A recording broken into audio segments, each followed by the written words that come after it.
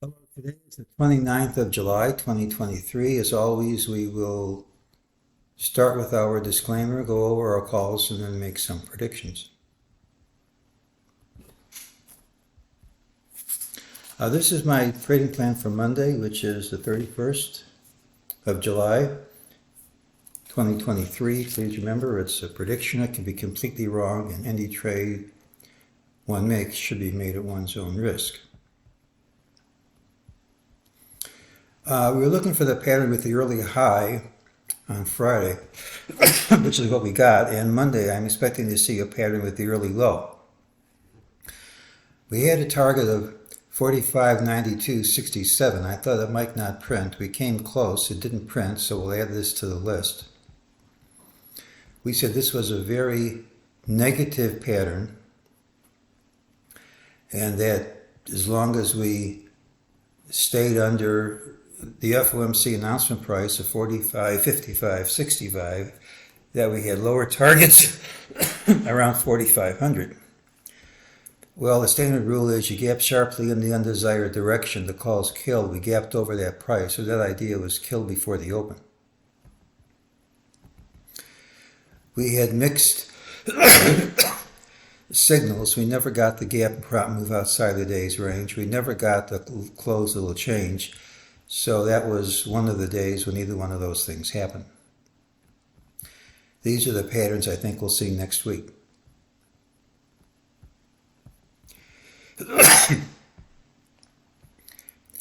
During the day, the only signal we got was that this, from MEJT, that this drop wouldn't stick, that prices would retrace, which they did.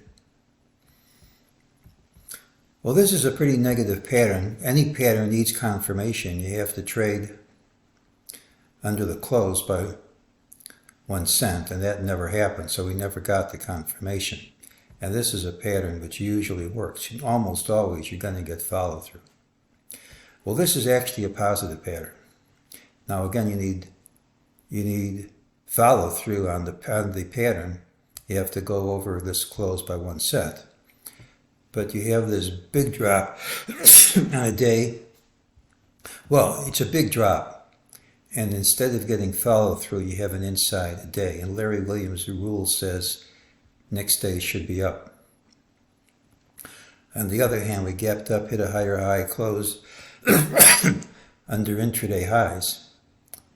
And that's a negative pattern. But what counts isn't where we close, but where we open. And if we open up here, all that negativity goes away.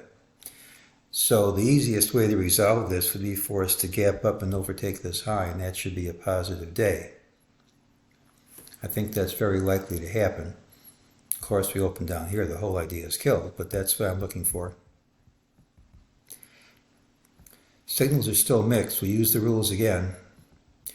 Monday's pattern has the early low. Doesn't mean you won't gap up. The signals are mixed. It's positive that Thursday's straight line drop is followed by an inside day. Larry Williams has a rule that says Monday should be up. But it's negative. We gapped up, hit a higher high, closed under intraday highs. The easiest way to resolve these conflicting signals would be for us to gap up and promptly overtake Friday's high. It should be clear early on if that's going to happen. It's difficult to count the current rally as a complete structure. We had a rare concurrence of sentiment to mark and trendline indicators compatible with a high, but we never got the confirmation. Confirmation is undercutting some significant low. When signals like these fail, they tend to fail big. And the longer we go without correcting, the more likely it is we're going to have a big rally without first having the correction I was looking for. Now, it's tough to say exactly when time runs out. But when you got a bunch of signals that usually work and they don't, they tend to fail big. And it doesn't pay to keep hoping they're going to work. We still have this resistance, so you haven't broken through yet.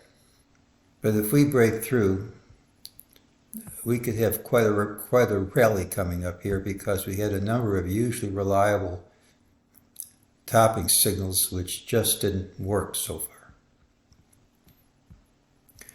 So we're looking for Monday the pattern with the early low, ideally with gapping up over this high, which should lead to a positive day. And if that's not right, it should be, I think, clear early on. And if it's not right, you don't have to risk any money. And that's today's call.